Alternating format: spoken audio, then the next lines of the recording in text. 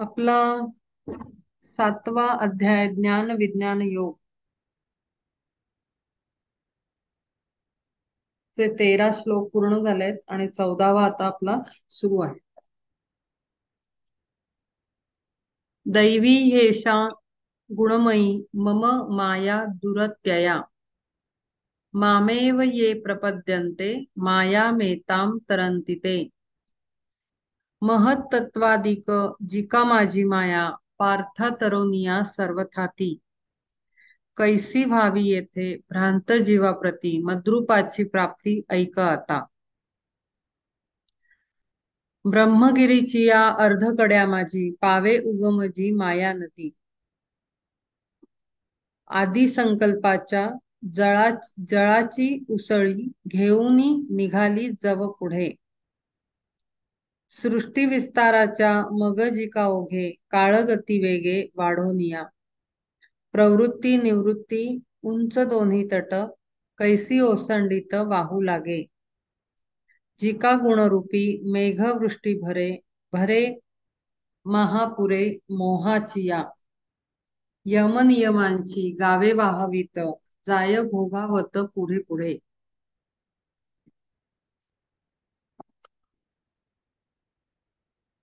आपण एक एक शब्दाला पाहूया ना.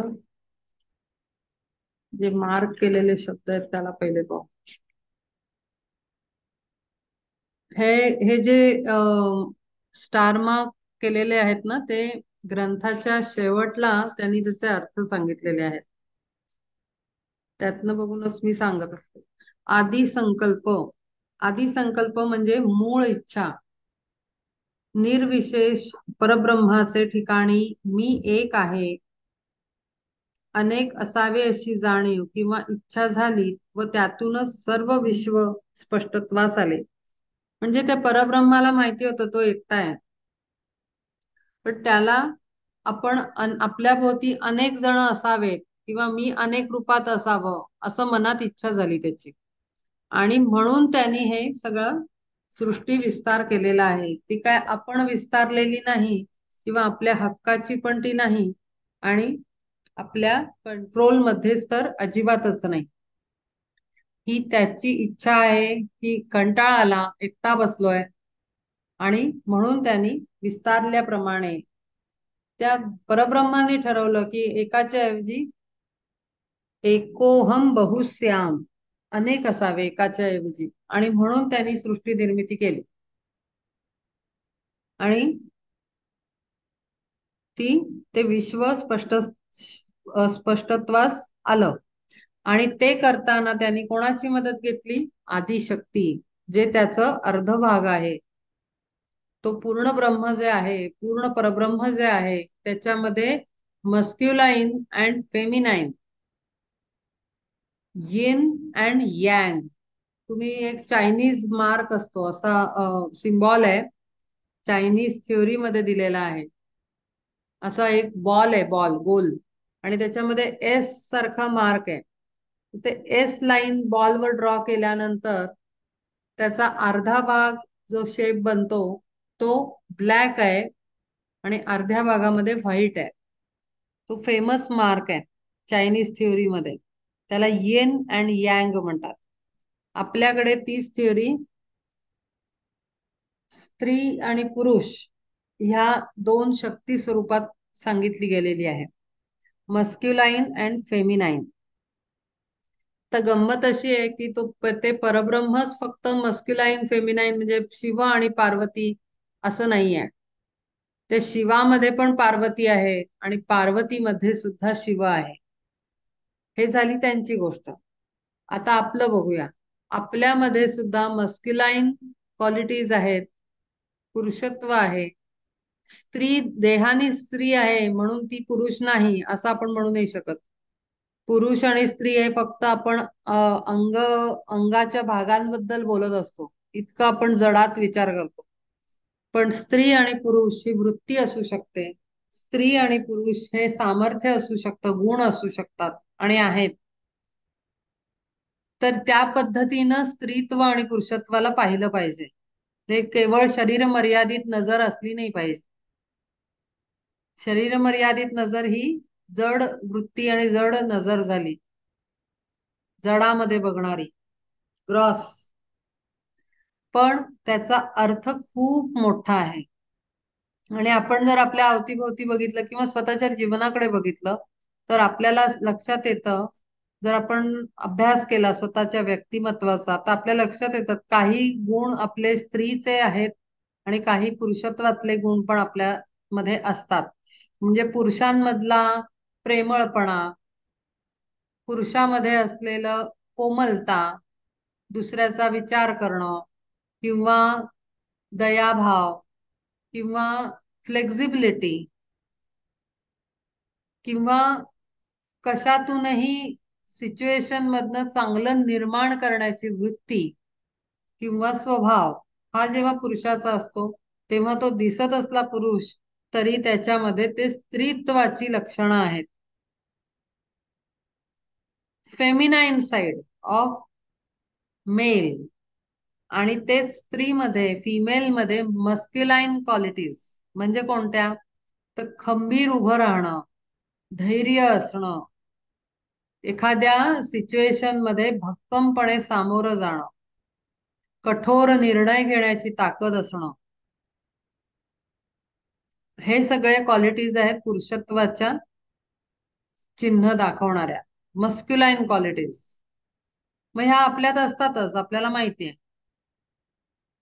पण एवढा त्याचा गहन विचार कधी आपण थिअरीकडे आपण कधी गेलो नाहीये. काय आहे, का असतं, का नसतं, कोणाच्यात काय असतं, त्याचं कारण काय, त्याचे अर्थ काय, एवढं आपण खोलात जात नाही.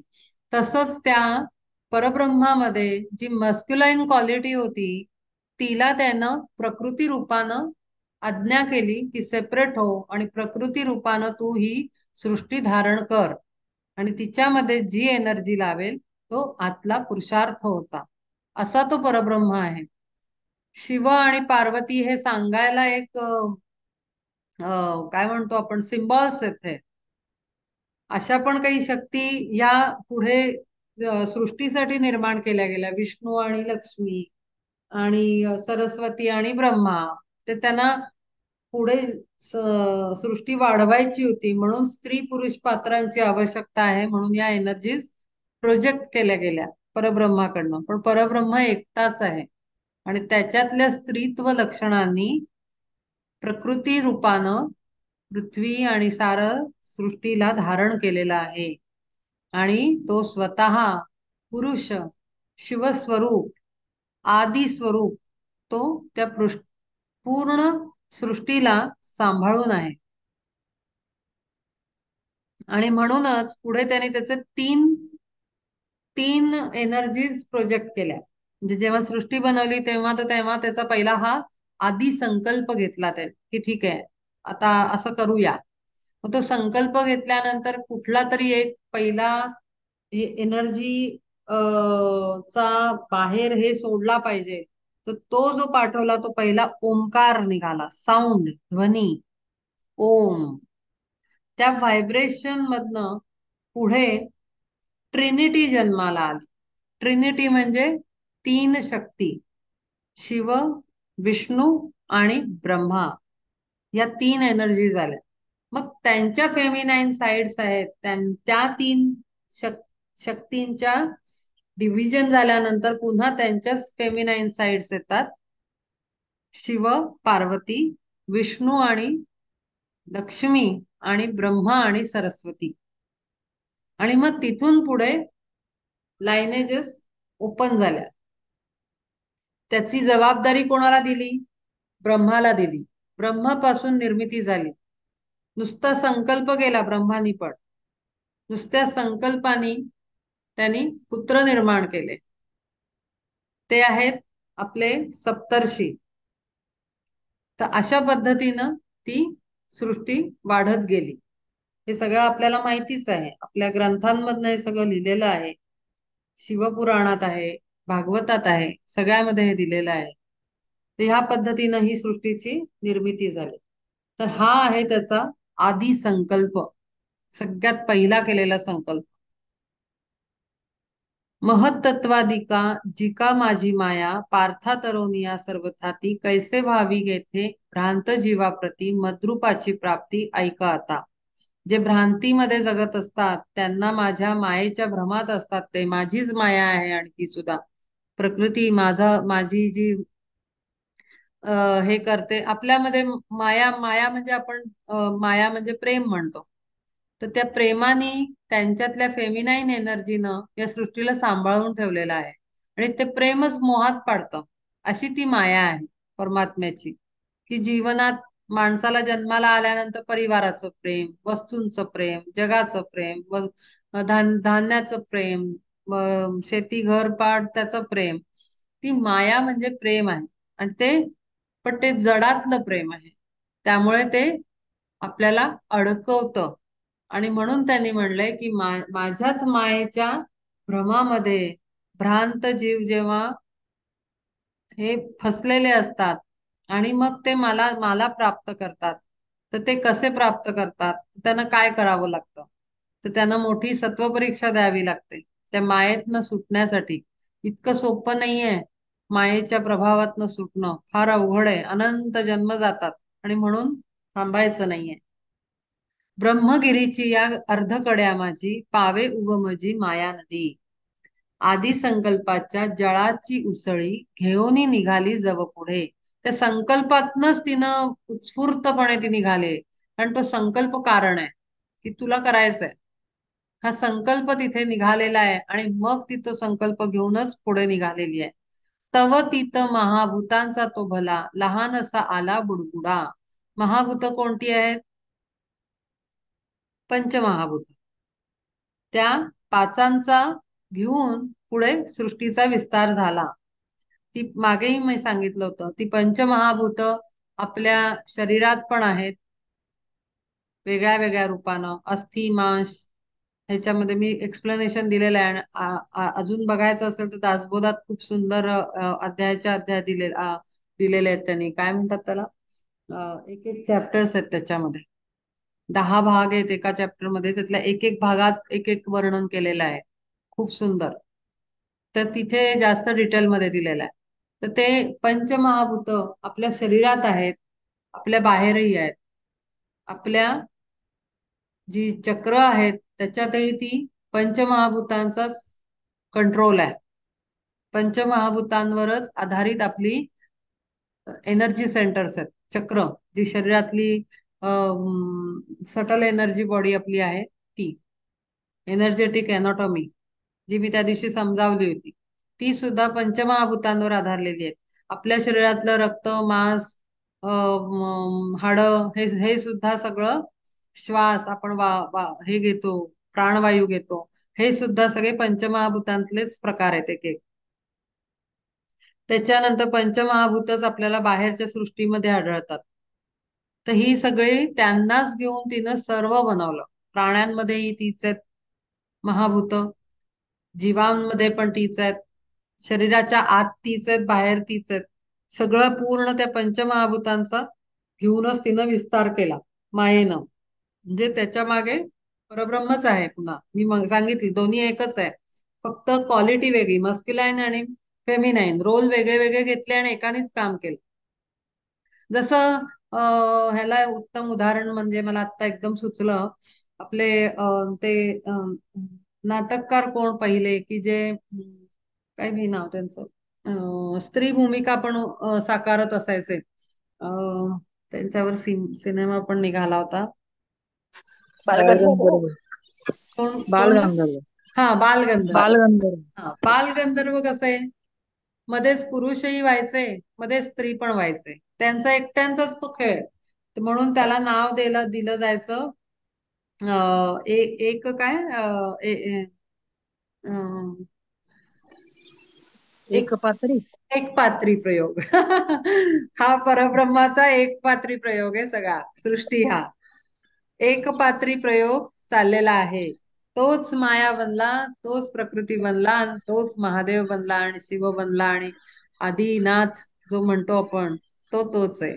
तर त्याचा एक पात्री प्रयोगात आता मग सांगा कुठे ते पात्र तरी उरतं? मग ते नाटक संपल्यानंतर ना त्याच्यातलं ते कॅरेक्टर उरतं, ना ऍक्टर उरतो, नाटक करणारा जो कलाकार आहे तो कोणीतरी वेगळाच बाहेर येतो. पण त्याच्यामध्ये काहीतरी साडी नेसून कोणतरी बाई निर्माण केलेली आहे आणि मग दुसरा कुठला तरी कपडे घालून पुरुष निर्माण केलेला आहे. पण ऍक्च्युली नाटक संपल्यानंतर जेव्हा तो कलाकार घरी जातो तो तेव्हा त्यातनं तिसराच कोणीतरी निघतो. अगदी सेम. हे अत्यंत उत्तम उदाहरण आहे आपल्याला परब्रह्म आणि सृष्टीचा विस्तार करण्यासाठी. अत्यंत उत्तम उदाहरण आहे. ह्यालाच थोडस विचाराने बघितलं की लक्षात येईल की बाहेर पडतो तो कोणीतरी वेगळाच. पण आपल्याला माहितीये शिव आहे, पार्वती आहे, पण खरे त्याच्याहून पलीकडे जर परब्रह्म बघायला गेलं तर परब्रह्माला रंगरूप काही नाव बिव काही नाहीये. काही त्याच्या हातात त्रिशूळ नाही, काही नाही, काही नाही. तो नुसती शक्ती स्वरूपे मोठी प्रचंड शक्ती आहे ती, कल्पनेच्या पलीकडे असलेली. तर अशी ती नुसती शक्ती आहे. तसंच आहे ते एकपात्री प्रयोग चालू आहे आणि आपण मात्र उगीच तिथे आपलं हे क्रिएट करतोय. आधी संकल्पाच्या जळाची उसळी घेऊन निघाली जव पुढे, तव तीत महाभूतांचा तो भला लहानसा आला बुडबुडा. सृष्टी विस्ताराच्या मग जिका ओघे काळगती वेगे वाढवून. मग तो बुडबुडा कसा वाढला? सृष्टी विस्तार करायच्या ओघाने तो वाढत वाढत वाढत त्यांनी काळाप्रमाणे, गतीप्रमाणे, वेळेप्रमाणे सगळं सृष्टी आपल्याप निर्माण झाली. प्रवृत्ती निवृत्ती उंच दोन्ही तट, कैसी ओसंडीत वाहू लागे. भरभरून वाहत होतं सगळं. प्रवृत्ती निवृत्ती म्हणजे दोन प्रकारच्या वृत्ती असतात, त्यातला प्रकार आहे.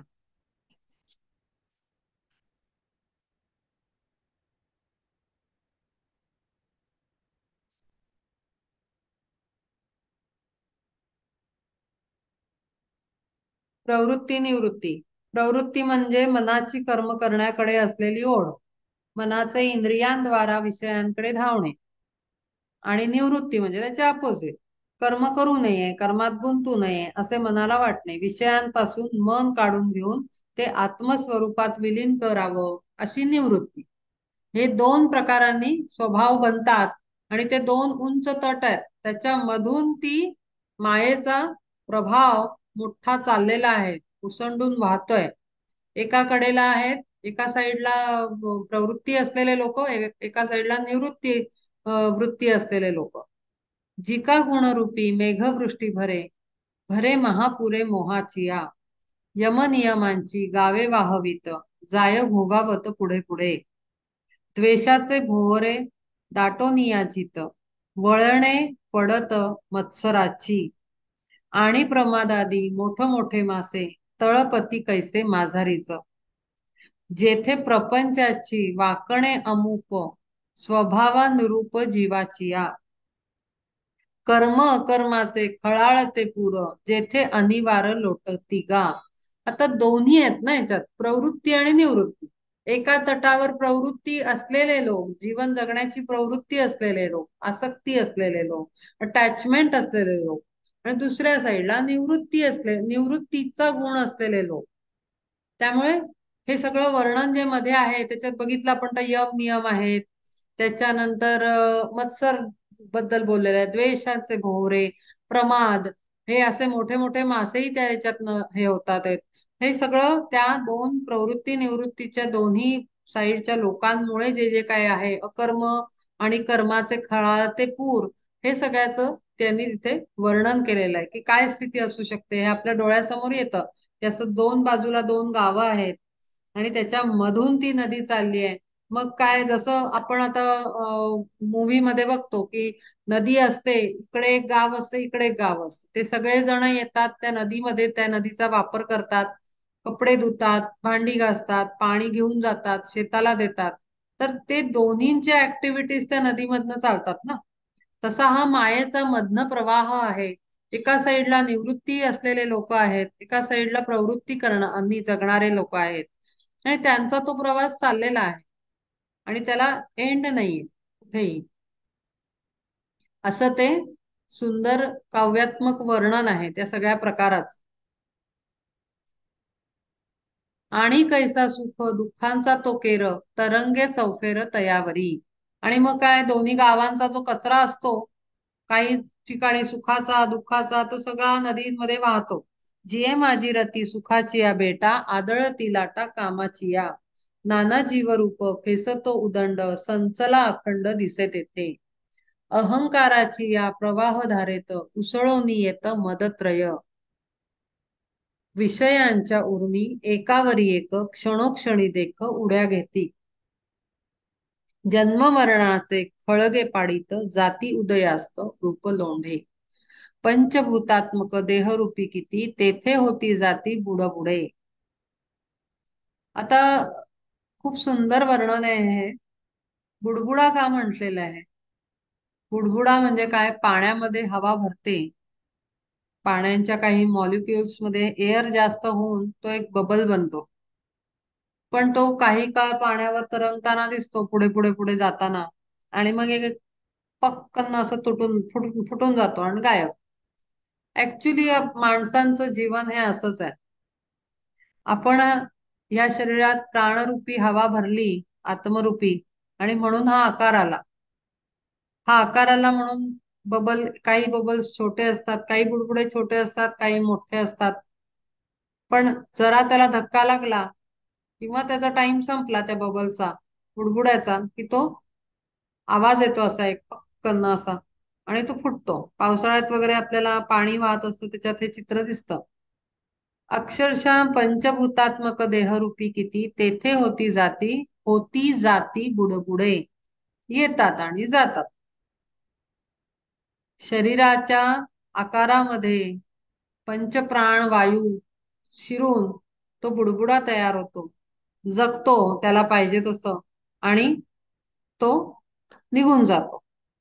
संमोह विभ्रम जिये माझी मासे, गिळीती अमिषे धैर्य रूप.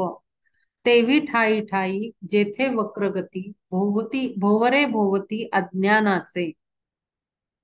भ्रांतिरूप पाणी गढूळ जे अति, म्हणून फसती जीव जेथे.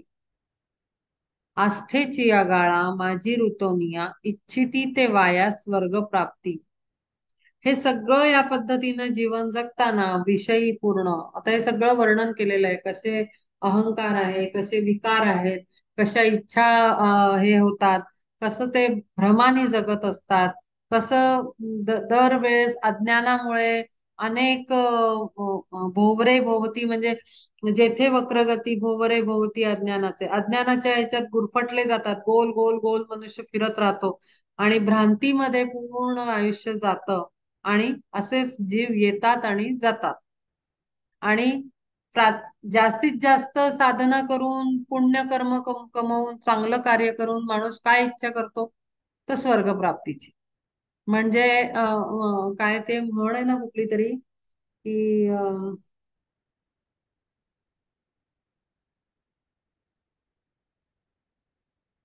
आठवत नाहीये मला आता.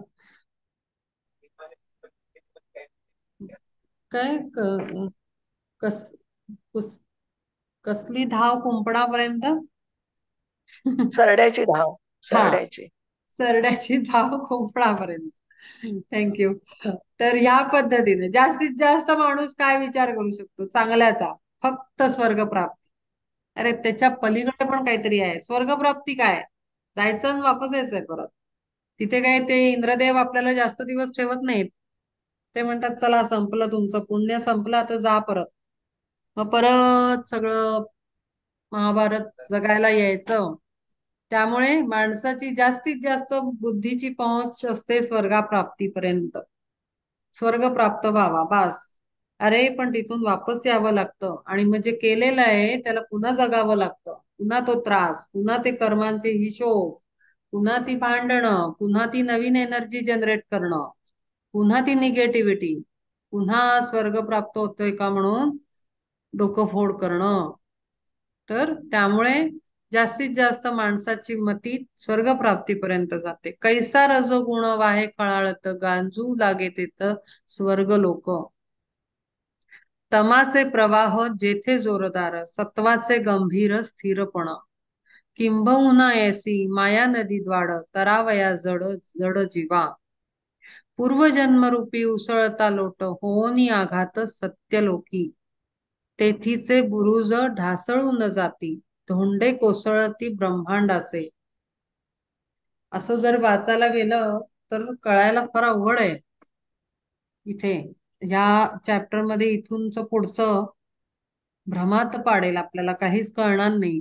शब्दांमधले काही काही अर्थ कळतील, म्हणजे एक काय शब्द कळतील, हा हा प्राप्ती, हा स्वर्गलोक, हे काय रजोगुण.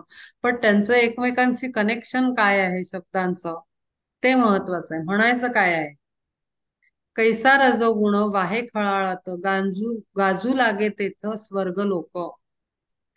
रजोगुणी माणसं स्वर्गलोक म्हणजे काय?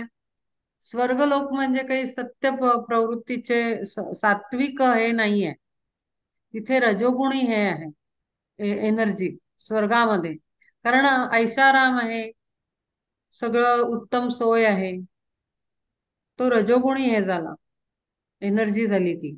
किंवा आपण म्हणू शकतो तिथल्या व्हायब्रेशन्स किंवा तिथली फ्रिक्वेन्सी ही रजोगुणाची झाली. तमाचे प्रवाह जेथे जोरदार, सत्वाचे गंभीर स्थिरपण.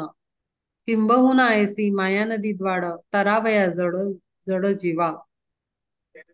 पुनर्जन्मरूपी उसळता लोट, होनी आघात सत्यलोकी. तेथीचे बुरुज तेथीचे बुरुज ढासळून जाती, धोंडे कोसळती ब्रह्मांडाचे. पाणी याच्या वेगे वाहे अनावर, न ओसरे पुर आजही तो. ऐसा हा दुस्तर पार्था मायापूर, तरेल साचार कोण कैसा. त्यांनी पूर्ण वर्णन केलं. स्वर्गलोक म्हणजे सुद्धा काही रजोगुणच आहे. तिथे काही ते सात्विकांचं हे नाहीये, ती जागा नाहीये. आणि ही माया नदी जी द्वाड आहे, ती इतक्या आपल्याला ह्याच्यातनं घालते की पुन्हा पुनर्जन्म घेऊन पुन्हा आपण तेच तेच तेच तेच आपलं होत राहतं. धोंडे तेथीचे बुरुज ढासळून जाती, धोंडे कोसळती ब्रह्मांडाचे. पाणीयाच्या वेगे वाहे अनावर, न ओसरे पुर आजही तो. जे त्यातनं माणसं आपली वाहत राहतात, अशी ती नदी मायामोहाची. त्यात ती कठीण आहे, दुस्तर आहे तरून जायला. त्यातून ती तरण्यासाठी कसं होणार, तो मायापूर फार अवघड आहे. स्वयंबुद्धीची या बाहुबळे कोणी, तरावे म्हणून प्रवेशले. परी तेथे पाही उरलाची नाही, ठाव ठिकाणाही तयाचा तो. परी तेथे नाही उरलाची नाही, परी तेथे पाही उरलाची नाही, ठाव ठिकाणाही तयाचा तो. झालो आम्ही ज्ञानी ऐसे अभिमानी, डोईज बुडोनी गेले कोणी.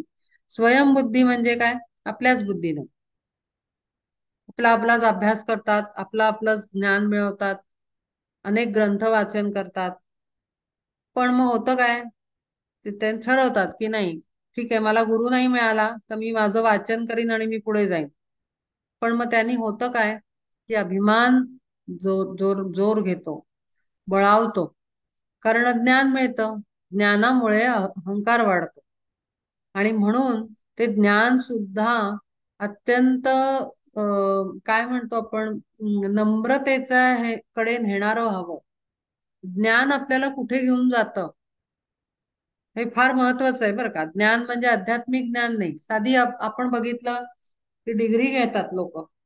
इंडियात डिग्री घेतली त्यांचा एक ऍटिट्यूड असतो, परदेशात जाऊन डिग्री घेतली त्यांचा एक ऍटिट्यूड असतो, परदेशात जाऊन पीएचडी केली त्यांचा एक ऍटिट्यूड असतो, न शिकलेले असतात त्यांचा एक ऍटिट्यूड असतो, अर्धवट शाळा कॉलेज झालेले त्यांचा एक ऍटिट्यूड असतो. तर अल्टिमेटली ज्ञान हे अहंकारच देतं.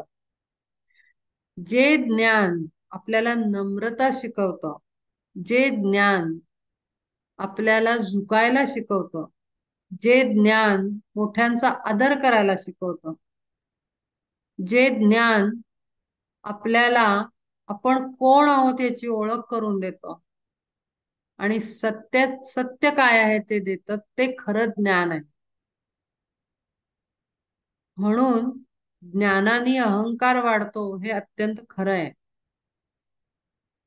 जेवढं जास्त ज्ञान तेवढा जास्त अहंकार. आणि म्हणून ते सुद्धा बुडवून जातात या मायामोहाच्या भयंकर वाहणाऱ्या नदीमध्ये, डोहामध्ये तेही बुडून संपून जातात. तेही तरुण नाही निघू शकत. वेदत्रयाची तो बांधोनी सांगड आणि सवे धोंड अहंतेची. सगळ्या वेदांचा अभ्यास केला, पण अहंकाराचे धोंडे बांधले त्याला, तर जडानी तो गळू खाली डुबून जाणार आहे. मोठे मोठे दगड जर बांधले अहंकाराचे, तर ती नाव तर खाली डुबणारच आहे.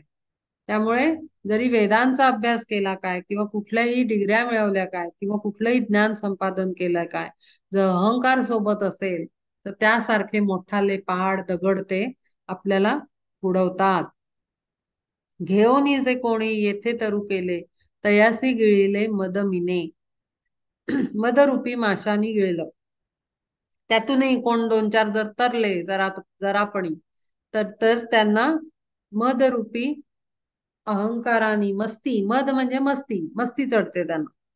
त्या अहंकाराच्या माशांनी त्यांना गिळून टाकलं. मदनाच्या कासे लागले जे कोणी, कमर कसुनी तारुण्याची. विषयाच्या नकरे मारून या मिठी, तयासी शेवटी चघळीले. ख- किती वर्णन असं अगदी स्पष्ट वर्णन केलेलं आहे की एखादा अहंकार आणि याच्यातनं सुद्धा तो तरुण आहे म्हणून. जर तारुण्य म्हणजे, तरुण म्हणजे काय, शरीर तरुण नाही, तरुणपणा म्हणजे वृत्ती, म्हणजे अत्यंत उत्साह, अत्यंत एनर्जी, सर्व करण्याची ताकद, पुढे जाण्याची हिंमत ही तरुणांमध्ये असते. म्हाताऱ्यांमध्ये कॉन्फिडन्स नसतो तेवढा. तर तारुण्य म्हणजे काय, तर शरीरावर नाही जायचं, प्रत्येक वेळेला शरीरावरशी रिलेट नाही करायचं. म्हणजे काय, कॉन्क्रीट कवर नाही, कॉन्क्रीट आणि ऍबस्ट्रॅक्ट. मी थोडे वेगळे वेगळे शब्द वापरत जाणार, जेणेकरून तुम्हाला त्या गोष्टींचे डीपर अंडरस्टँडिंग येत जाईल. एक असतो आपला concrete mind. Concrete mind is throat चक्र. आज्ञा चक्र इज ऍबस्ट्रॅक्ट माइंड. म्हणजे काय, थ्रोट चक्राने आपण कॉन्क्रीट, कॉन्क्रीट कसं असतं, ढाचा बंद बांधलेलं, कॉन्क्रीटच्या बिल्डिंग बांधतो ना आपण, कडक अशा बांधलेलं, शेप मध्ये असलेलं, ते कॉन्क्रीट नॉलेज. आणि ऍबस्ट्रॅक्ट म्हणजे ऑक्सिजन आहे असं आपण म्हणतो, पण आपल्याला दिसत नाही ऑक्सिजन. आपण म्हणतो वारा आला, वारा नाही. आपल्याला वारा आहे कुठे, ते वायू कुठे दिसतोय डोळ्याने. That is abstract knowledge. त्याला ऍबस्ट्रॅक्ट म्हणतात. जे जे जड मध्ये दिसत नाही, त्याला बांधता येत नाही जड कॉन्सेप्ट मध्ये, ते ऍबस्ट्रॅक्ट कॉन्सेप्ट म्हणतात त्याला. इलेक्ट्रिसिटी ऍबस्ट्रॅक्ट कॉन्सेप्ट आहे. क्रिएटिव्हिटी ती काय अशी दाखवता नाही येत की ही क्रिएटिव्हिटी, असं नाही म्हणतायत. Creativity is abstract concept. तर ह्या पद्धतीनं तारुण्यामध्ये माणसामध्ये ऍबस्ट्रॅक्ट ऍक्टिव्हिटीज करायचं, म्हणजे आउट ऑफ द वे जाऊन काम करण्याची हिंमत असते. पण जिथे हे जास्त उमेद आणि जास्त एनर्जी असते, तिथे विषय पण खूप स्ट्रॉंगली असतात, म्हणजे इंद्रिय प्रबळ असतात. जिथे तारुण्य असतं, आता म्हणजे कसं की काही लोक आपल्याला दिसतात वयाने खूप मोठे असतात, म्हणजे 60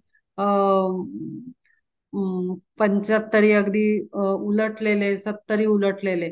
पण त्या लोकांना बघितलं, वय वय मोठं असतं, पण असे असतात, मी बघितलेत लोक की एकदम असं, म्हणजे एखादा तरुण काय त्यांच्या पुढे हे होईल, म्हणजे त्यालाही लाज वाटेल, इतकी ती एनर्जेटिक बॉडी. चेहऱ्यावर तो म्हातारपणा बिलकुलच नाही. ताठ पाठीचा कणा, एकदम झप झप झप संध्याकाळचा वॉक करणार अगदी ड्रेस घालून, असे लोक दिसतात, म्हणजे मी बघितलेत नॉर्थ इंडियामध्ये. तर त्यांच्यामध्ये मग ती विषयांची वासना पण तेवढीच प्रबळ असते तरुण असल्यासारखी. म्हणजे तारुण्य फक्त काही दिसण्यामध्ये नसतं त्यांचं, शरीराच्या हालचालींमध्ये नसतं, ती इंद्रिय पण तेवढीच प्रबळ असतात.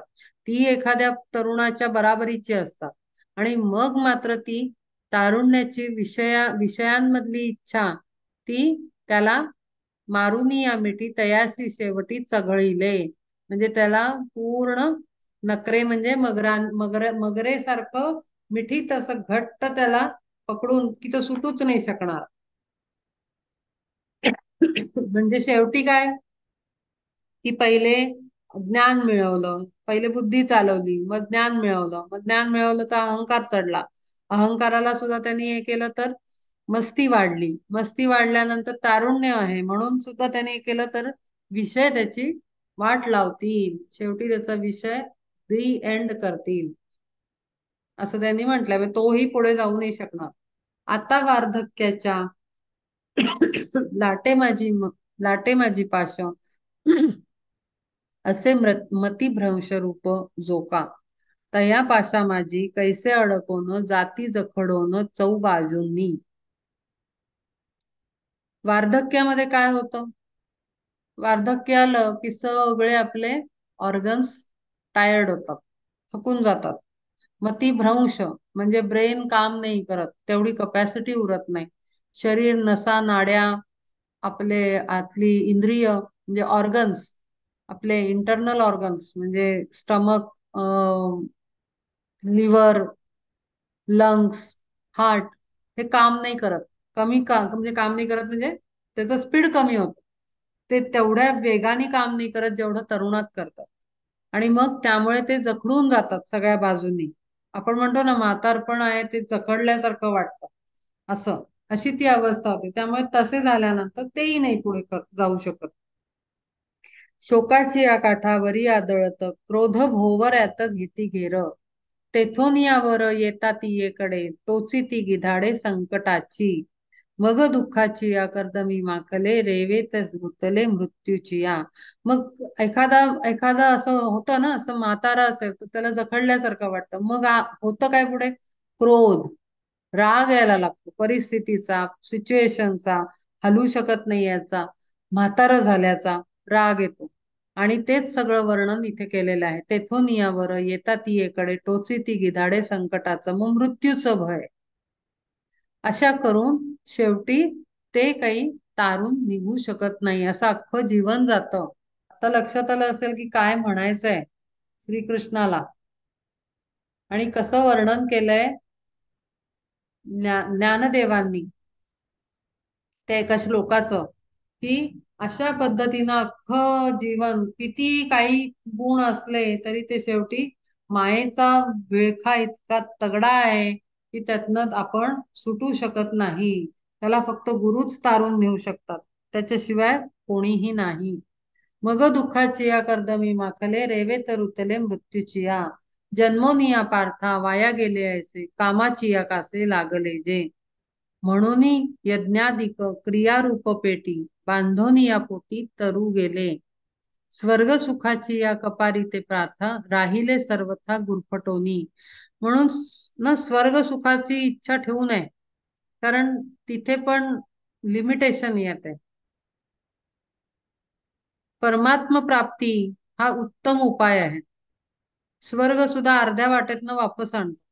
कर्म बाहुबळी ठेवोनी विश्वास मोक्ष गाठावायास गाठायास धावले जे, विधी निषेधाच्या दीर्घ भोवऱ्यात अखंड भोवत राहिले ते, वैराग्याची नाव प्रवेशेनात जेथे तेवी विवेकाते नुरे ठाव. आता आले जे पाहिजे ते विषय, सब्जेक्ट्स. पहिले म्हणजे वैराग्य. वैराग्य म्हणजे थांबायचं कुठे हे माहिती असणं. आणि विवेक, वैराग्याला विवेक सोबत असतो कायम, ते उत्तम खरं वैराग्य. क्वचित पार्था योगे तरुये काहीशी काहीशी दुस्तर ही ऐशी मायानदी, आता जीवाची या अंगवळे येथे तरू पाहणे ते कैसे ऐक. आता कसे तरतील या मायानदीतनं ते आता मी सांगतो. करी जो कुपथ्य तया लागी व्याधी, पार्था जरी कधी जिंकवेल, किंवा सज्जनासी दुर्जनाची बुद्धी देखे जरी कधी आकळेल, किंवा लोभियासी लाभता संपत्ती जरी सांडोनी ती जाववेल, माशा लागी गळ जरी गिळवेल चोरासी भियेल सभा जरी, किंवा भेकडासी पिशाच्च वळेल पाडस तोडील जाळे जरी, किंवा मुंगी जरी मेरू ओलांडील जीवा तरवेल तरी माया. म्हणून जैसी कामुकाते माथा कामुकाते पार्था सर्वथा वनिता जिंकवेन. वनिता म्हणजे स्त्री. तैसी मायामय नदी ही दुस्तर जीवांसी साचार तरवेना. आता किती उदाहरणं दिली इथे अख्ख्या या पॅरेग्राफ मध्ये. अनेक उदाहरणं दिली आहेत. कुपथ्यला करी जो कुपथ्य तया लागी व्याधी पार्था जरी कधी जिंकवेल. आपण कुपथ्य केलं तर व्याधी जाईल का? त्या व्याधीला आपण जिंकू नाही शकत, म्हणजे म्हणजे जिंकू नाही म्हणजे हरवू नाही शकत आपण जर कुपथ्य करत राहिलो सोबत तर. सज्जनासी दुर्जनाची बुद्धी देखे जरी कधी आकळेल. लोभियासी लाभता संपत्ती जरी सांडून ती जाववेल. एखाद्या लोभ्याला संपत्ती दिसली तर तो सोडून जाईल का? नाही. म्हणजे काय की ह्याचा जर आपण मतीचा अर्थ काढायचा झाला तर उलटी नाव टाकता येते का?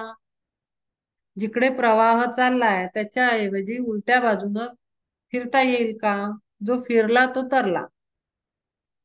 लोभी असी लोभ्याला संपत्ती दिली तर तो सोडून थोडी जाणार आहे, तो घेऊन बसणार.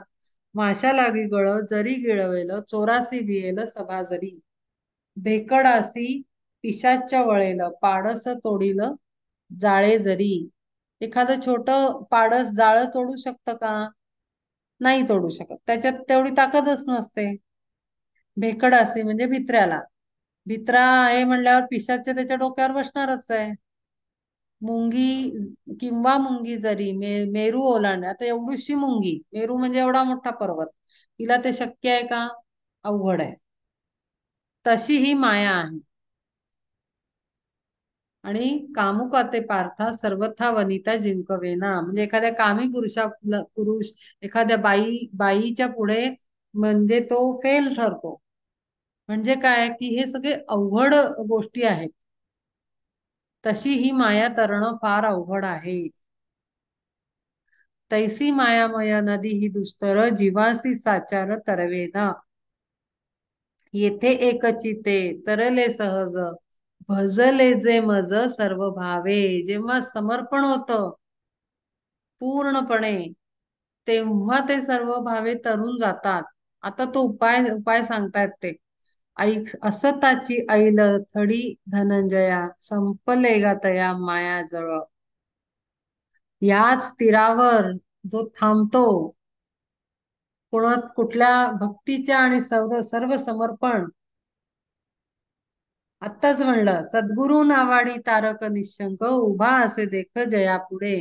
सद्गुरु शिवाय तरुण जाऊ शकत नाही आणि म्हणून गुरूंना रोज म्हणायचं की हा चिखल रूपी माया जालातनं या महासागरातनं या भवसागरातनं तुम्ही मला तारून न्या. माझं बोट धरा, मला एक क्षणही सोडू नका. मला हे काहीही नको. शरीराचा मोह नको, जीवनाचं कौतुक नको, मुलाबाळांचं प्रेम नको. मला काही दिसत नाही, मला तुमच्याशिवाय काही नको. गुरुच तारू शकतो. मगाशी मी तेच सांगितलं की फक्त सद्गुरु, त्याच्याशिवाय कोणी नाही. सद्गुरु नावाडी तारक निशंक उभा असे देख जया पुढे.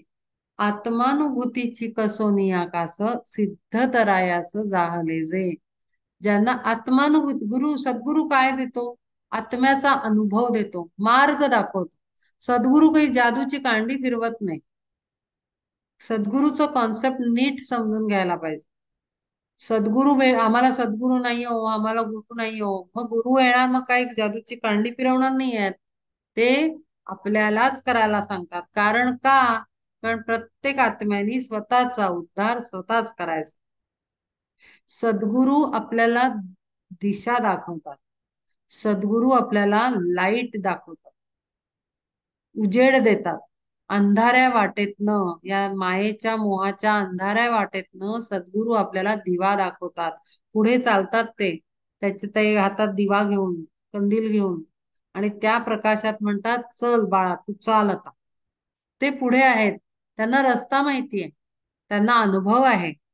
पुढे कुठे खड्डा येणार आहे ते आधीच दिवा दाखवतात, उजेड पाडतात तिथे की हा बघ हा खड्डा आहे, याला असं ओलांड. हे सद्गुरू करतात. करायचं शेवटी कोणी करायचंय? आपणच करायचंय. सद्गुरू मिळाले म्हणजे चला आपण नावेत बसलो आणि चला सद्गुरू आपले ओढतायत, असं काहीही होत नाही. आपल्यालाच करायचंय, आपोआप काही मिळत नाही.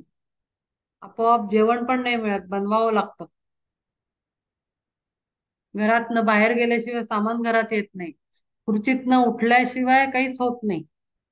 आपल्याला करावंच लागतं. आणि म्हणून हे व्हेइकल्स दिलेली आहेत, शरीर नावाची, देह नावाची सर्वांगीण व्हेइकल्स दिलेली आहेत.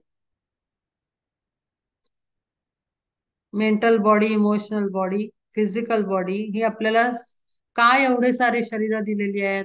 कारण त्यामध्ये वेगळ्या वेगळ्या शक्ती आहेत आणि त्याला एकत्रित करून मग परमात्म प्राप्ती पॉसिबल आहे. आणि म्हणून ती व्हेइकल सगळी दिलेली आहेत. म्हणजे आपण कसं गाडी पण ठेवतो, आपल्याकडे सायकल पण असते आणि आपल्याकडे स्कूटर पण असते. मग आपण गाडी आहे म्हणून आपण स्कूटर नाही घेतले असं होत नाही. सगळ्या घरांमधनं आजकाल 3-4 वाहनं असतात. लहान मुलांसाठी सायकल पण असते. मग मुलगा लहान सायकल वापरतो म्हणून त्याला कारमध्ये आपण बसू देत नाही का? नाही, बसू देतो. तसं आहे, आपल्याकडे सगळी शरीरं आपल्याला पूर्ण सज्ज करून पाठवलेलं आहे. खूप मजेदार आहे फिजिकल बॉडी. जेव्हा अभ्यास करायला लागतो, मला तर असं वाटतं बापरे, बाहेर बघण्यासारखं काहीच नाहीये. या शरीराचाच अभ्यास करायचा म्हणलं तर अनेक जन्म जातील. आपल्याला वाटतं तेवढंच नाहीये. म्हणजे आपलं फक्त डायजेशन, फक्त अन्नच पचवतं, हा अत्यंत छोट्या बुद्धीचा विचार झाला. पण ह्या डायजेशन मध्ये दुसरा ब्रेन आहे, असं म्हटलंय सायंटिस्टनी. आपल्याला वाटतं ब्रेन हा फक्त ह्याच काम करतो, डोकं चालवायचं. ब्रेन पूर्ण ऍक्शनला, ब्रेन आपल्या हिअरिंग ॲबिलिटीला, आपल्या बघण्याच्या दृष्टीला, कानांच्या, नाकाच्या, नंतर बॅलन्स, बॉडीचा बॅलन्स करायचं, आपला तोल जातो, हे होतं, आपल्याला स्पर्श होऊन काटा रुतलेला, प्रेमाचा हात लावलेला ते कळणं, ते सगळं ब्रेन करतो. आणि एवढंच नाही, आध्यात्मिक प्रगतीमध्ये सुद्धा आतमध्ये असलेल्या ग्लँड्स काम करतात. पिच्युटरी ग्लँड आणि पिनल ग्लँड मोठा रोल आहे स्पिरिच्युअलिटी मध्ये, प्रचंड मोठा. म्हणजे ह्याच एका फिजिकल बॉडीला त्यांनी इतकं मॅजिकल बनवलेलं आहे की नुसतं शरीर म्हणून जगवायचं असेल तर तुम्ही तेवढाच वापर करा. जर तुम्हाला आणखीन काहीतरी क्रिएटिव्ह करायचं असेल तसा वापर करा. जर तुम्हाला आणखीन स्पिरिच्युअलिटी मध्ये आणखीन डायमेन्शन्स वर जायचं असेल तर तुम्ही तसं शरीराला वापरा. मल्टी डायमेन्शनल, मल्टी टास्किंग अशी ही फिजिकल बॉडी आहे. पण आपल्याला केवढं दिसतंय? जेवण भरलं की पोट, भूक लागली की पोट दिसतं, पोट, अन्न खाल्लं की पोट भरलं म्हणतो. काना नाकानी जेवढं ऐकायला येतं आपण तेवढंच करतो. आपल्याला वाटतंय शरीर एवढंच आहे. पण सत्य हे कल्पनेच्या पलीकडे लेवल्स आहेत. त्याच्या सत्याला खूप लेयर्स आहेत. जसे कांदा कसा एक एक कसा आपण सोलला तर एक एक लेयर निघतो त्यातनं, तसं सत्याला सुद्धा लेयर आहेत. ट्रूथ हॅज मेनी लेयर्स असं म्हणतात. आपल्याला दिसतं तेवढं शरीर नाही, बरेच डायमेन्शन्स आहेत, बरेच त्याच्यामध्ये फायदे आहेत आणि बरेच कामं चालतात त्याच्याने. तर तसं त्यांनी इथे म्हटलंय की हे सगळं करताना उलटी बोट टाकावी लागते त्या भवसागरामध्ये आणि जगभराटीच्या उलट निघावं लागतं आपल्याला. आणि ते उलट नेण्याचं काम सद्गुरू करतात.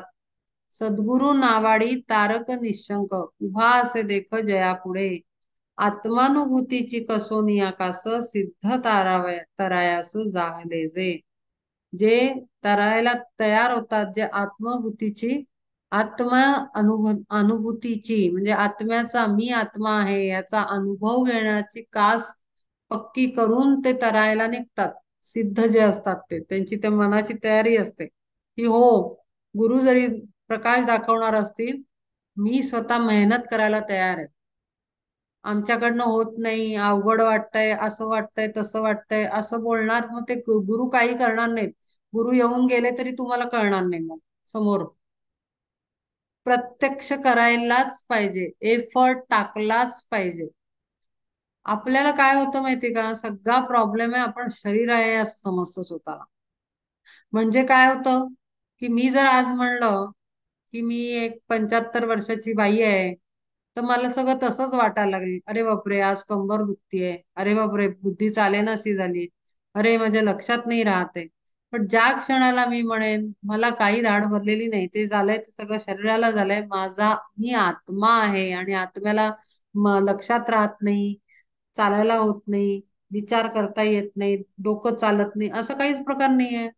आत्मा हा अत्यंत तेजस्वी चैतन्य आहे. ते हायर कॉन्शियसनेस, प्रचंड ताकद आहे आत्म्यामध्ये. प्रत्यक्ष परब्रह्माची शक्ती आहे. डायरेक्ट सन, छोटा बल्ब वगैरे पण नाही, डायरेक्ट एनर्जी आहे. सोर्स आहे, तो मेन मेन सोर्स आहे आत्मा हा. तो सोर्सच मी असल्यावर मला सगळं शक्य आहे. असं नुसतं रोज म्हणा, अगदी पूर्ण ह्यानी, अंडरस्टँडिंगनी, कन्व्हिक्शन नी पूर्ण म्हणायचं की मी आत्मा आहे, माझ्या सगळं लक्षात राहतं, मला सगळं जमू शकतं. तर आत्मा तेवढं करू शकतो, आत्म्यामध्ये तेवढी ताकद आहे. आपणच जर आपल्या तोंडाने म्हणलं तर तथा असतो, लक्षात राहत नाही, तथा असतो, करावं वाटत नाही, तथा असतो, आत्माच म्हणेल. आणि म्हणून हार नाही मानायची. हे असं निगेटिव्ह बोलणं, विचार असलंच नाही पाहिजे. थकलंय ते शरीर आहे, त्याचं वय वर्ष टाक टाक टाक टाक घड्याळ पुढे चाललंय, त्याला डेट दिलेली आहे, त्याला त्याला एक्सपायरी डेट दिलेली आहे शरीराला. आत्म्याला एक्सपायरी डेट नाही आहे. आत्मा हा अजरामर आहे, त्याला एक्सपायरी नाही आहे. एक्सपायरी असते त्याला भीती असते की लवकर डेट जवळ येत चालली, तर आता मी मी जीर्ण शीर्ण होत चाललोय. असं त्या त्या एक्सपायरी डेट असलेल्या प्रॉडक्टला वस्तू खराब होतात, कपडा फाटायला लागतो, ते कपड्याला टेन्शन. तर आपण काही तसे नाही आहोत ना, आपल्याला एक्सपायरी दिलेली नाही आहे, आपण आत्मा आहोत. आत्मनिवेदन तराफा तो भला, पार्था सापडला जया लागी. आत्मनिवेदन ही एक सुंदर पायरी आहे. आत्मनिवेदन, माझ्याकडे अजून एक पुस्तक आहे, आपण कधीतरी त्याचाही अभ्यास करूया. खूप सुंदर. मला मी मी तरुण असताना मला ते पुस्तक मिळालं होतं. काय शब्द आहे, आत्मनिवेदन. आत्मनिवेदनचा अर्थ आहे परमेश्वराच्या ठिकाणी स्वतःस वाहून घेणे, आत्मसमर्पण. नवविधा भक्तीतली शेवटची पायरी आत्मनिवेदन. याचं पण वर्णन दासबोधात फार सुंदर दिलेलं आहे. आत्मनिवेदन श्रवण कीर्तन स्मरण पादसेवन अर्चन वंदन दास्य सख्य आणि आत्मनिवेदन. म्हणजे स्वतः त्याच्याशी बोलायचं, स्वतःचं निवेदन तिथे ठेवायचं, स्वतःला स्वतःशी बोलायचं, परमात्म्याशी बोलायचं. अशा पद्धतीनं ते आत्मनिवेदन, त्याच्याशी डायरेक्ट कनेक्ट करून घ्यायचं स्वतःला. त्याला डायरेक्ट आपली तार लावायची मेन स्विच, मेन सोर्सला. ते आत्मनिवेदन आहे. आणि असा ज्याने तराफा बनवला, तो तर मग कुठेच बुडू शकत नाही. अहंतेचा भार फेकोनी या दूर, चुकवोनी धार विकल्पाची. प्रपंच प्रीतीच्या ओहोटीचे पाणी, तेही तपासूनी नीटपणे. ऐक्याचा उतार दिसता उघड, बोधाची सांगड जोडोनिया. मग निवृत्तीच्या पैल तीरा भले, कैसे ते निघाले झेपावत. कसं चाललाय तो, त्याला पहिले काय मिळालंय, आत्म आत्मानुभूती ची कास पकडली आणि तरायला तयार झाला सिद्ध.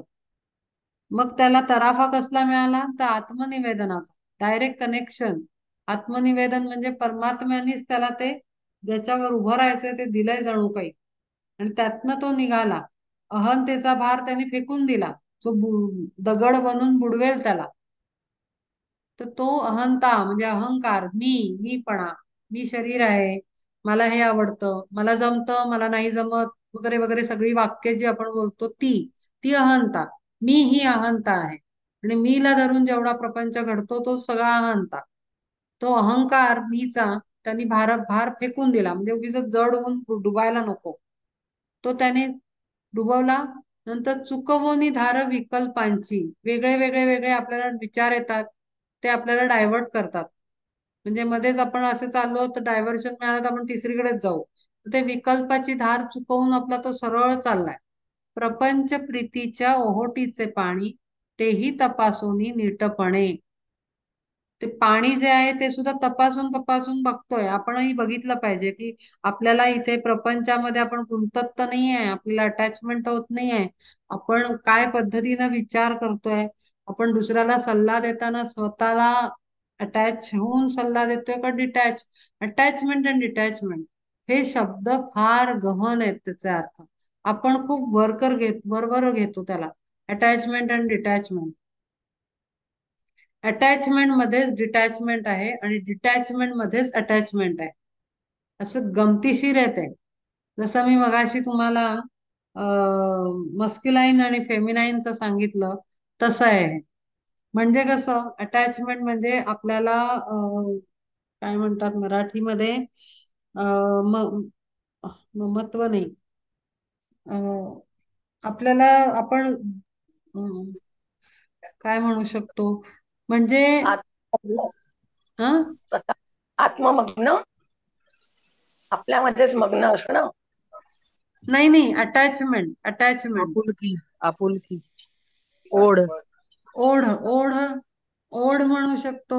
पण अटॅचमेंट म्हणजे आपण ना असे जखडून जातो, तिथे चिपकून जातो. म्हणजे आपल्याला फॅमिलीशी अटॅचमेंट असते, आपल्याला आपल्या वस्तूशी अटॅचमेंट, म्हणजे आपण चिपकून जातो तिथे.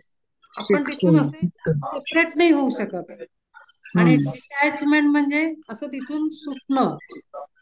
म्हणजे एखादं वस्तू आहे आपली, ती आपल्याला प्रिय असते, पण एखाद्या दिवशी कोणी आला आपल्याकडे तर आपल्याला ती द्यावी लागली दुसऱ्याला, तर अगदी सहजपणे ती देता आली पाहिजे की नाही. मग तो नीट वापरेल का नाही, मग ती नंतर मला परत मिळेल का व्यवस्थित, त्याच्यात काही खराबी तर नाही होणार, ही अटॅचमेंट झाली. तसंच आपला परिवार आपण पाठवतो, आपण म्हणतो दुसऱ्याकडे मुलांना जर समजा मी माझ्या मुलीला जर कोणाकडे राहायला पाठवलं, तर मला अटॅचमेंट ठेवून सुद्धा डिटॅच होता आलं पाहिजे.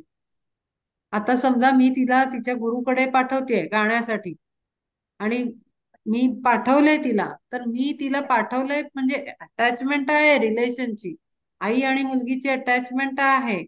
पण तरीही ती अटॅचमेंट ही हवी नाही होणार की तिचं तिथे तू आता जेवली का, तुला नीट झोपता नाही लागली, ठीक आहेस ना, मग तुला सगळं चालू आहे का व्यवस्थित, तुला सगळ्या वस्तू मिळतात का, तुझी सोय पाहिली जाते का. नाही, तिथे डिटॅचमेंट.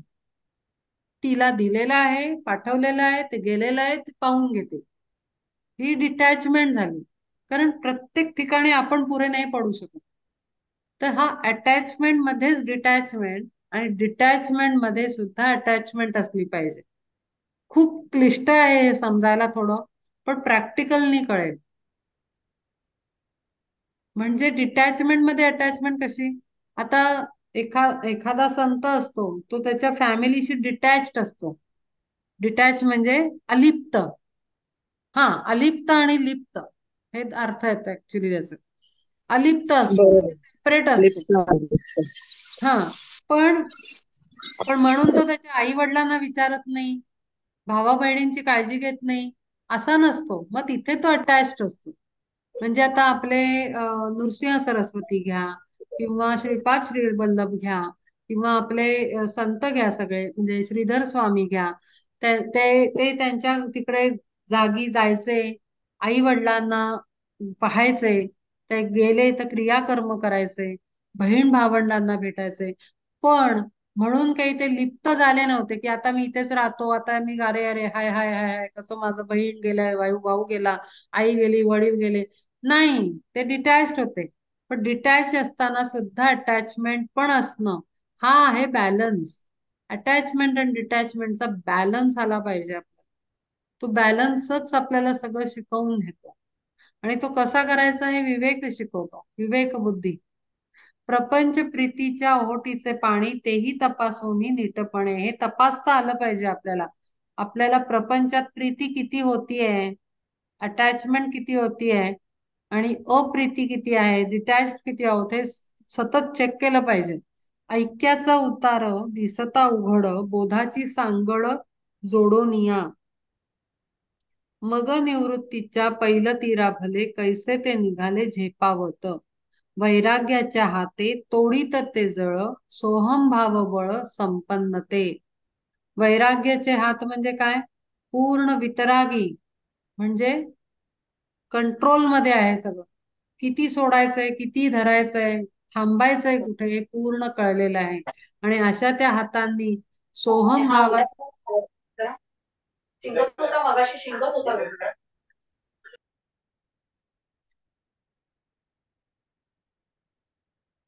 वैराग्याच्या हाते तोडीत ते जळ, सोहम भाव बळ संपन्नते. सोहम भाव, मीच तो आहे, हा जो भाव आहे तो अत्यंत सामर्थ्य देतो आतमध्ये. पोहत पोहत पातले शेवटी, मुक्तीची या तटी अनायासे. आणि मग या पद्धतीनं किती जन्म गेले हे महत्वाचं नाही, पण शेवटला तो मुक्तीकडे जातो, तो स्वर्गाकडे नाही गेलेला.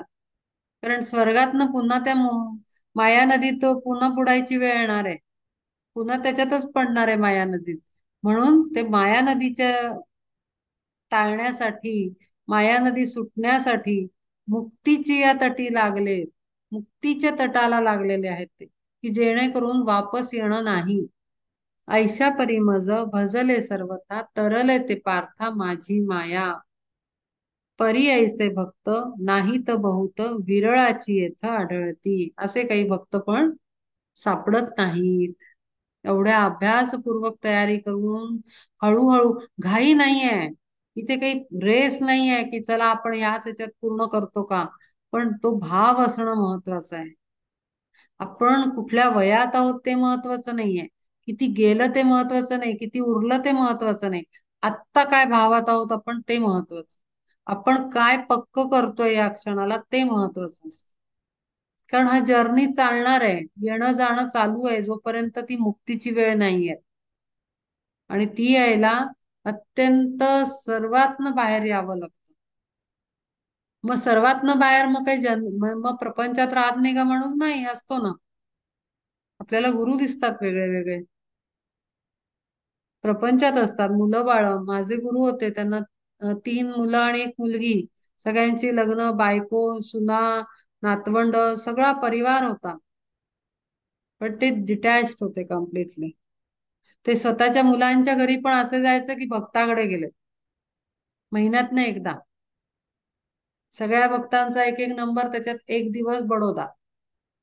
डिटॅच्ड आणि पण तरी पण अटॅच. काही अडचण आली तर ते जायचे तिथे, काही मुलांना प्रॉब्लेम झाला तर जायचे. ही आहे ती अटॅचमेंट आणि डिटॅचमेंटची खरी संकल्पना.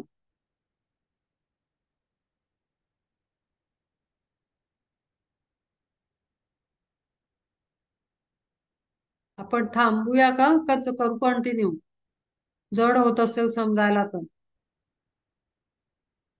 मला सांगा. तसं आपल्याला काही धावायची नाही आवश्यकता. तुम्ही म्हणाल तर मी कंटिन्यू करतो.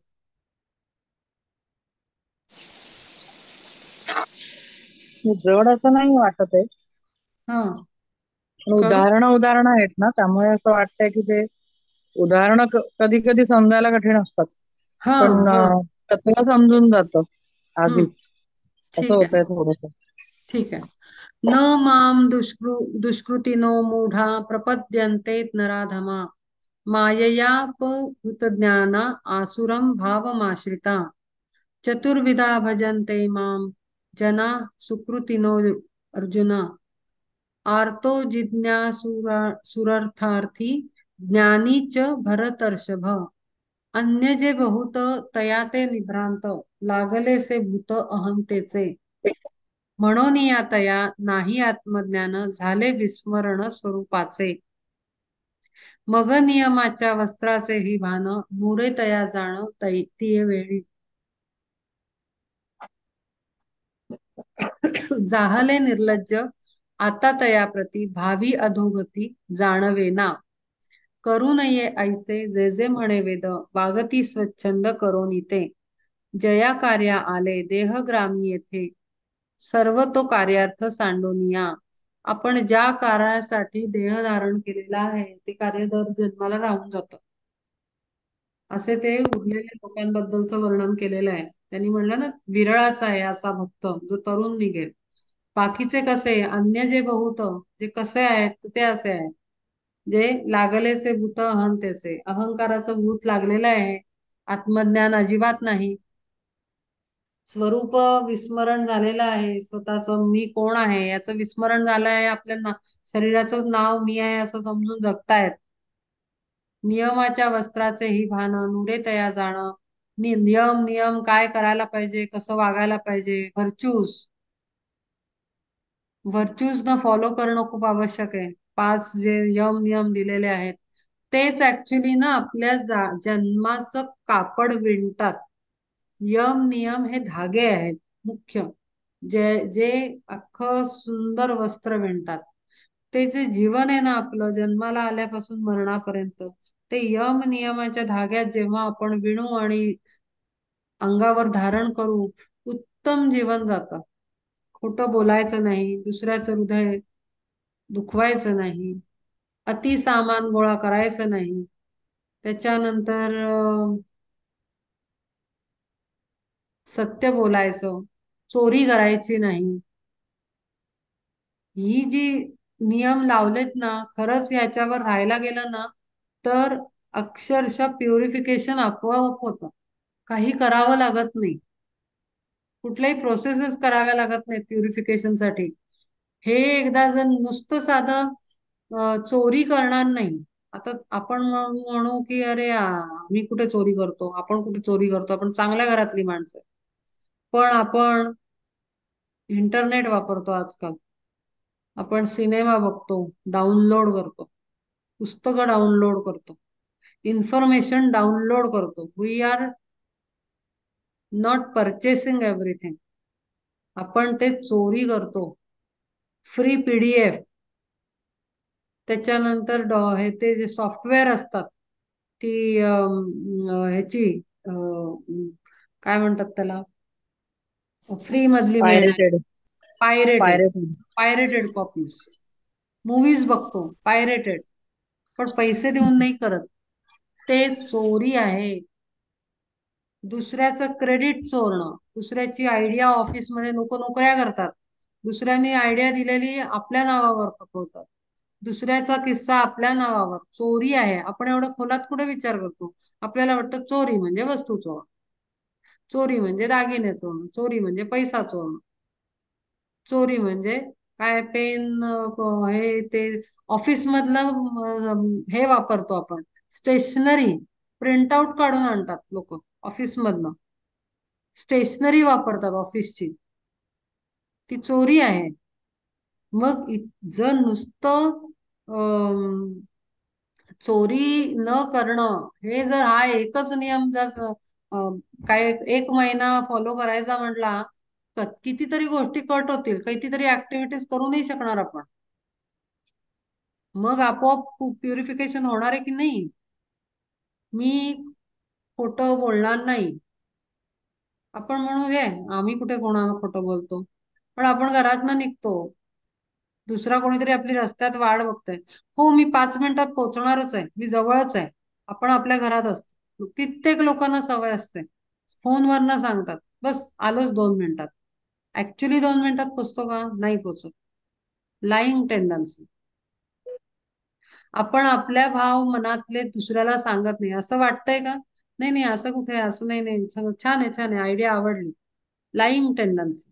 खरं मनात काय वेगळंच काहीतरी असतं. लाईंग टेंडन्सी, खोटं बोलणं. खूप म्हणजे साधे हे 5 नियम आहेत ना, यम नियम, हे दिसतात तेवढे वरवरचे नाही आहेत. ते खूप खोलात दुसऱ्याचं काय म्हणतो आपण loving kindness, non injury. Non injury म्हणजे आपल्याला वाटतं सुरास मारणं, खंजीर खुपसणं, धक्का देणं आणि पाडणं, नॉन इंजुरी. नाही, विचारात नाही. हे तर मी अनेकदा डिस्कस केलेलं आहे. नुसतं विचारात नाही इंजुरियस थॉट. नजरेत इंजुरियस, आय साईट मधनं तुमच्या जाणारे एक्सप्रेशन, इंजुरियस एक्सप्रेशन आपण करतो ना हे. तर इतकं मायन्यूटली या जेव्हा यम नियमांना जेव्हा आपण फॉलो करायला लागतो, आपलं प्युरिफिकेशन एनर्जी बॉडीजचं, आपल्या शरीराचं, देहांचं, सगळ्या देहांचं आपोआप होतं. आपोआप काही करावं नाही लागत. आणि म्हणून इथे म्हणलंय, मग नियमाच्या वस्त्राचे ही भान नुरे तया जाण तिये वेळी. ते जे यम नियमांनी जे धाग्यांनी जेव्हा वस्त्र विणतो, तेव्हा ते वस्त्र अंगावर धारण केल्यानंतर एक वेगळंच सामर्थ्य आणि वेगळंच काय म्हणतात, ग्लो जबरदस्त येतो व्यक्तिमत्वाला. पण ते आपण करतच नाही. मग कसं काय आपली वृत्ती चांगली बनणार, आपलं कॅरेक्टर चांगलं बनणार? कसं कम ह्याला कॅरेक्टर बिल्डिंग म्हणतात. लहान मुलाचा आपण जन्माला घालतो, त्या लहान मुलाला जन्माला घातल्यानंतर नुसतं जेवायला घालून आणि शिकवून त्याची बुद्धी वाढेल, आणि जेवायला घालून नुसतं शरीर वाढेल, दोनच वाढेल. पण तो एक चांगला मनुष्य बनेल का? तर त्याला जर यम नियम शिकवले तर ते एक चांगलं कॅरेक्टर बनतं, चांगला ह्युमन बिंग बनतो. ते कॅरेक्टर बिल्टअप करणं गंमत नाही आहे. आणि कॅरेक्टर बिल्डिंगचा स्पिरिच्युअल पाथवर खूपच extreme main role, lead role आहे. कारण मेन कॅरेक्टरच आहे तुमचं, की ते आपल्याला परमात्म्यापर्यंत घेऊन जातं. ती एक वेगळी वेगळी बोट आहे, की त्या बोटीत बसल्यावर आपोआप माणूस पुढे जातो. ते तेज आहे एक प्रकारचं कॅरेक्टर बिल्डिंगचं. पण खूप कठीण आहे, मग ते जगणं फार कठीण होतं, ते नियमबद्ध होतं. जाहले निर्लज्ज आता तयाप्रती भावी अधोगती जाणवेना.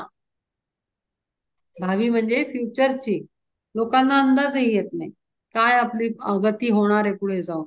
करू नये ऐसे जे जे म्हणे वेद, वागती स्वच्छंद करोनी ते. वेदात जे करू नका सांगितलंय ते मग स्वच्छंदपणे असे लोक करत जातात. जया कार्य आले देहग्रामी येथ, सर्व तो कार्यार्थ सांडोनिया. जे कार्य करायला आलं ते राहून जात. इंद्रिय ग्रामाच्या राजमार्गी देख, कामक्रोधाधिक मिळवोनी. अहमत्वाची व्यर्थ बडबड, कैसी ते उदंड चालविती.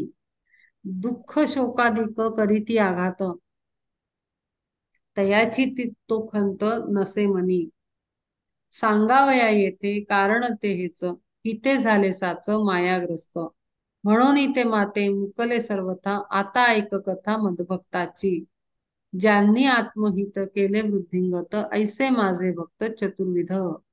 चार प्रकारचे आहेत माझे भक्त, ज्यांनी स्वतःचं आत्महित वृद्धिंगत केलं. आत्महित म्हणजे आत्म्याची इच्छा काय आहे? परमात्म्याला भेटणे. जसं लहान मुलाला त्याचं कुठेतरी गेलाय, त्याला आईला भेटायचंय, पण मग त्याला आपण चॉकलेट देऊ, कपडे देऊ, खेळणी देऊ, इकडे फिरवतो तिकडे फिरवतो. अरे पण त्या मुलाला काय पाहिजे? आईला भेटायचंय. मला बाकी काही नाही पाहिजे, मला आईला भेटायचं.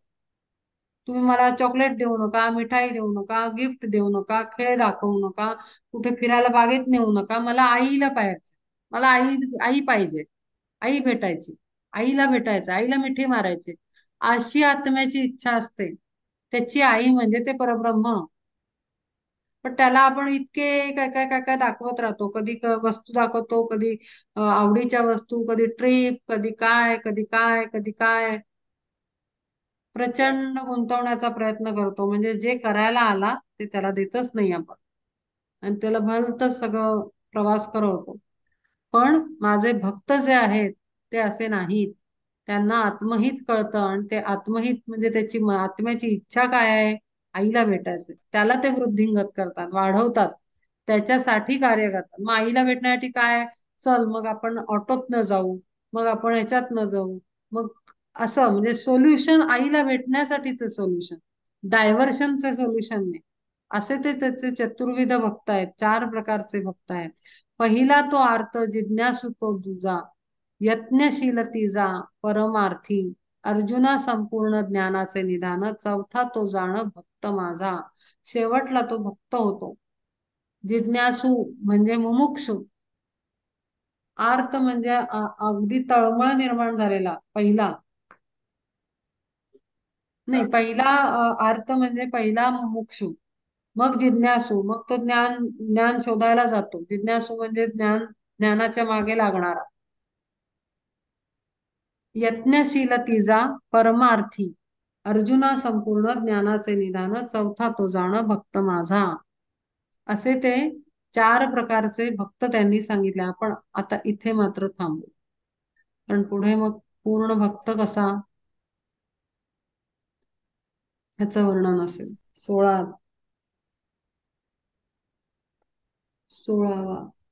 श्लोक झाला. 16 झाले. हा, तुम्हाला काही डाऊट असेल तर सांगा. आज आपण 2च केले, 14, 15 आणि 3 केले, 16.